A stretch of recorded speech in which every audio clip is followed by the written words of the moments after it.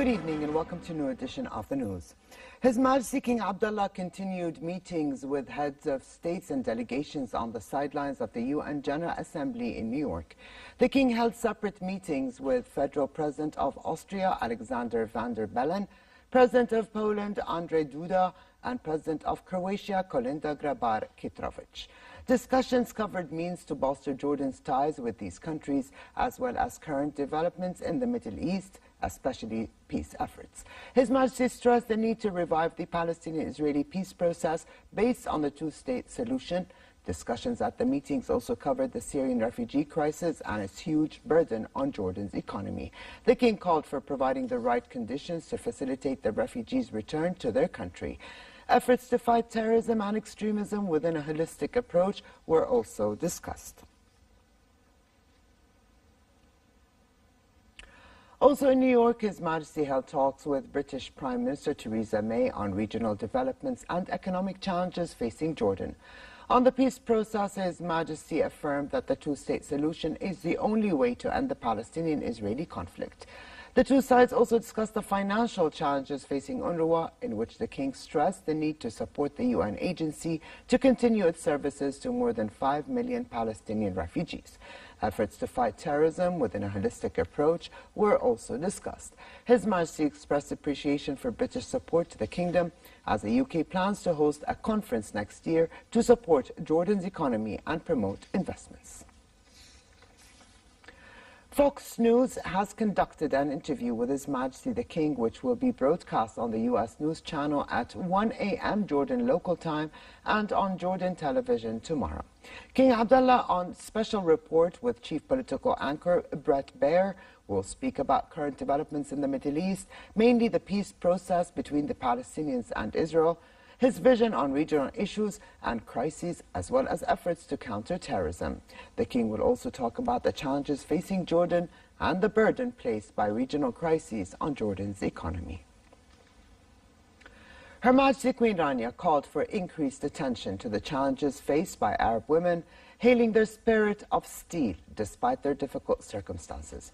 Speaking in New York at the He-for-She Impact Summit on the sidelines of the UNGA, Her Majesty said that women are not only disproportionately affected by crisis, but that during times of turmoil, women slip off national agendas, increasing the gap between hardship and hope. He-for-She is an initiative of UN Women which recognizes men and boys as partners for women's rights and highlights the ways in which all people benefit from gender equality. The Queen noted that women across the world are on the same page when it comes to the universal frustrations they face, including balancing motherhood with a career. She urged the audience to reach over borders and boundaries and pull up women weighed down by hurdles. A royal decree was issued appointing Faisal Fayez Senate President as of September the 27th. The lower house of Parliament referred the 2018 amended income tax law to its Economy and Investment Committee. During its session today, a majority of the lawmakers voted in favor of referring the law to the Economy and Investment Committee, while 28 rejected. Meanwhile, and during a discussion of the amended civil retirement law, the MPs insisted on its decision under which ministers' entitlement to a lifetime pension is linked to at least 10 years of public service.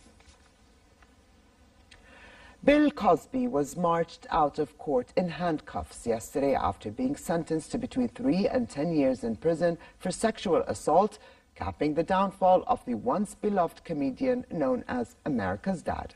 The sentence ensures that 81-year-old Cosby will spend no less than 3 years in a Pennsylvania prison before he becomes eligible for supervised release, though he could end up staying behind bars for as much as a decade. The comedian became a household name in the 1980s when he starred in The Cosby Show TV sitcom, playing the father in a well-to-do African-American family living in Brooklyn, New York. The largest and finest fancy vivid pink diamond ever offered at auction by Christie's is about to go under the hammer in Geneva. Experts expect it will fetch a record price of between $30 to $50 million. The rectangular cut diamond, named Pink Legacy, is rated vivid, the highest rating for a diamond's color, as it displays the optimum hue of the stone. The 19-carat Pink Legacy will be exhibited in Hong Kong, London, New York, and Geneva prior to its November 13 sale.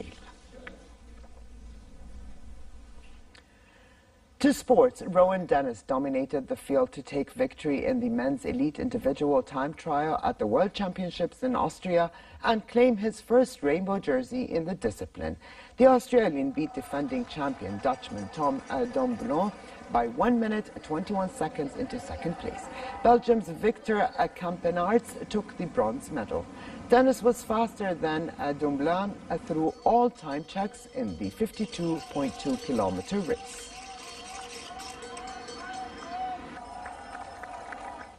And finally, for a quick look at the weather, warm conditions are expected in hilly areas tomorrow, while it remains relatively hot in the Jordan Valley, the Dead Sea, and the Gulf of Aqaba. Amman can expect a high of 29 degrees Celsius and a low of 17, and the winds westerly moderate. In the Gulf of Aqaba, hot conditions prevail with daytime temperatures at 37 degrees, dropping down to 27 at night. And with this, we come to the end of this edition of the news. I'm علياء. Thank you for joining us, and have a good night.